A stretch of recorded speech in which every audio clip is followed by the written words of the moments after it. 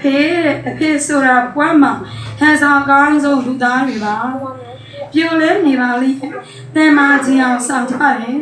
ချစ်ပါလေရဲ့အချစ်တလို့ခက်စိမ့်စိမ့်နေတတ်ကြတယ်သူတို့ရဲ့ခံစားချက်ကိုတော်ရုံထမပြတတ်ဘူးမပြောပြတတ်ဘူးမိသားစုရဲ့လိုအပ်ချက်ကိုအကောင်းဆုံးဖြည့်ဆည်းပေးပြီးအရှိကနေမမမဲ့ရက်တည်ပေးခြင်းနဲ့တူတွေပါငယ်စဉ်ကတွေကလေးစားအားကြရတဲ့သူဖြစ်ပြီးဘဝမှာတခြားသူတွေထက်မမြင်တော့မနှိမ့်ကြအောင်တန်းသူစားတောင်းနေတိုင်းတိုင်းအောင်စူးစမ်းရုံညံပြီးခဲ့သူတာလည်းအဖေပါလေအဖေဆိုတဲ့သူတွေဟာ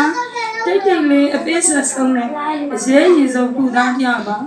ဘဝမှာပထမဆုံးမြင်တွေ့ရတဲ့သူရဲ့ဟောင်းထားမှာပဲအဖေတဲ့ခေါ်လိုက်ရတဲ့လူငယ်ဒီလုံခြုံလေးဖြစ်မှုအပြင်းနဲ့အမေလိုစကားချွတ်ချိုးမပြောတတ်ပေမဲ့လေသားသမီးအတွက်အမြဲတွေးရဲ့ပိတ်ကန်စင်ကြီးပါသားသမီးတွေကလည်းခင်းချပေးခဲ့တဲ့အမေကိုမှကျေးဇူးရှင်လို့သတ်မှတ်ပြီးဆန်ရှာပေးတဲ့အဖေရဲ့ကျေးဇူးတွေကြောင့်သားသမီးတွေကမေ့နေကြတယ်အဲ့ဒီအတွက်တောင်းပန်ပါတယ်ဖေအမေတို့ကိုပဲကြေးအောင်ဆက်နေပဲတွေးနေတဲ့အချိန်မှာပဲအဖေရဲ့ချွေးကိုကြတော့မတိတဲ့တောင်းပန်ပါတယ်ဖေအမေမဟဲမှာသားတို့သမီးတို့ရှိနေစဉ်တွေကသားသမီးတွေရှေ့ရေးကိုစူးစမ်းစဉ်းစားနေတာအဖေဟောသားသမီးတွေအိပ်ပျော်နေစဉ်သားသမီးတွေသိအောင်နှစ်ဘူးလေးကိုခိုးနိုင်ကြတာလဲအဖေပါပဲနော်နည်းနည်းလေးကလား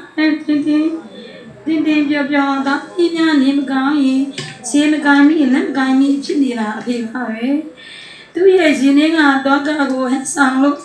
လောကလေးကိုထွက်ဒီလောကသားတွေသားသမီးလေးတွေစိတ်ကူးသားဖို့သူ့မှာရှိတဲ့မာနကိုခွာချလို့အလုရှင်မကောင်းမှုကြီးငွေရအောင်ရှာပေးရလဲအဖေပါပဲနော်အဖေယောက်ျားတရားရဲ့မာနရှိပြီး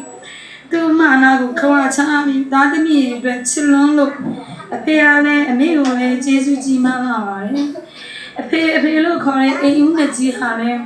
တင်စားပြီးပြောနေတဲ့အဖေကတကယ်တော့အိမ်ရဲ့အလုပ်သမားကြီးပါပဲအဖေ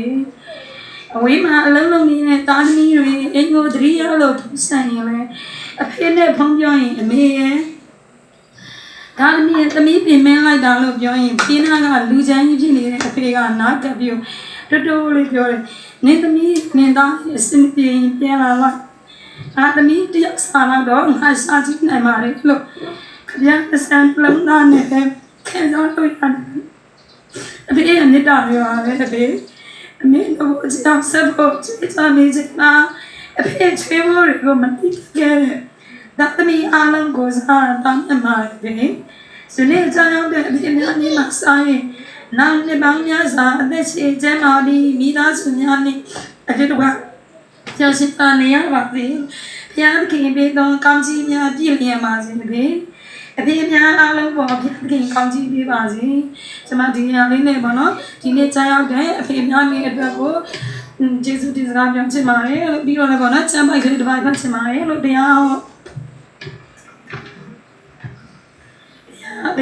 အကျဉ်ခန်းကြီးကအပိုင်ငယ်ဆက်ဆက်မှာပေါ့နော်တင်ဤဘုရားသခင်ထာဝရဘုရားပေးသနာတော်မူသောပြည်၌တင်းဒီအတ္တတာရှိ၍ကောင်းစားရမည်အကြောင်းတင်းဤဘုရားသခင်ထာဝရဘုရားမှာတော်မူခြင်းတိုင်းတင်းဤမိဘကိုယူသေးစွာပြုတော့ဒီစမ်းပိုင်းနဲ့ဒီမှာရှိတဲ့ကိုယ်နဲ့တိုင်းတွေသမီးတွေရောအစားအားလုံးပေါ်ဘုရားရှင်ကောင်းချီးပါစေအာမင်